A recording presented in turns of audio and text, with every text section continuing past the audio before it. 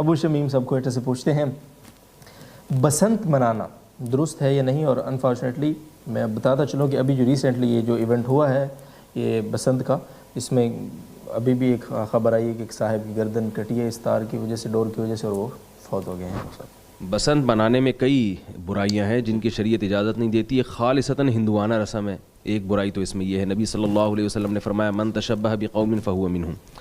Number 2، فقہا نے کہا ہے کہ جو کبوتر اڑاتے ہیں نا چھتوں پہ کھڑے ہو کر، ان کی گواہی مردود ہے، کیونکہ یہ کوئی اچھا کام نہیں ہے۔ کبوتر پالنا تو جائز ہے، لیکن چھتوں پہ کھڑے ہو کر وہ آوازیں مارنا اور جو ہے وہ بالکل ایک لاؤبالی پن کا اظہار کرنا، اور اس سے بد نظری بھی ہوتی ہے، بے پردگی بھی ہوتی ہے۔ تو جب کبوتر پالنے والے کو جو ایک حلال کام ہے جس کے فائدے بھی ہیں، اس کو فقہا نے لکھا ہے کہ وہ فاسق ہے اور اس کی گواہی مقبول نہیں ہے، کیونکہ وہ چھتوں پہ چڑھتا ہے، سیٹیاں بجاتا ہے، تو پتنگ میں یہ سیٹی بازی اور چھتوں پہ چڑھنا اس سے بھی زیادہ ہوتا ہے۔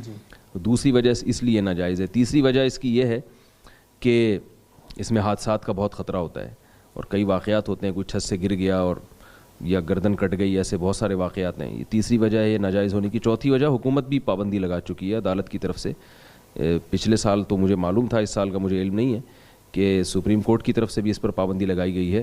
اور قرآن مجید میں اللہ کا حکم ہے کہ حاکم کی اطاعت کرو۔ جب حکومت کسی کام پر پابندی لگا دے اور وہ لوگوں کی مصلحت کی خاطر لگائے تو حکومت کے قانون کی اتباع کرنا بھی پھر لازم ہو جاتا ہے۔ ٹھیک ہے۔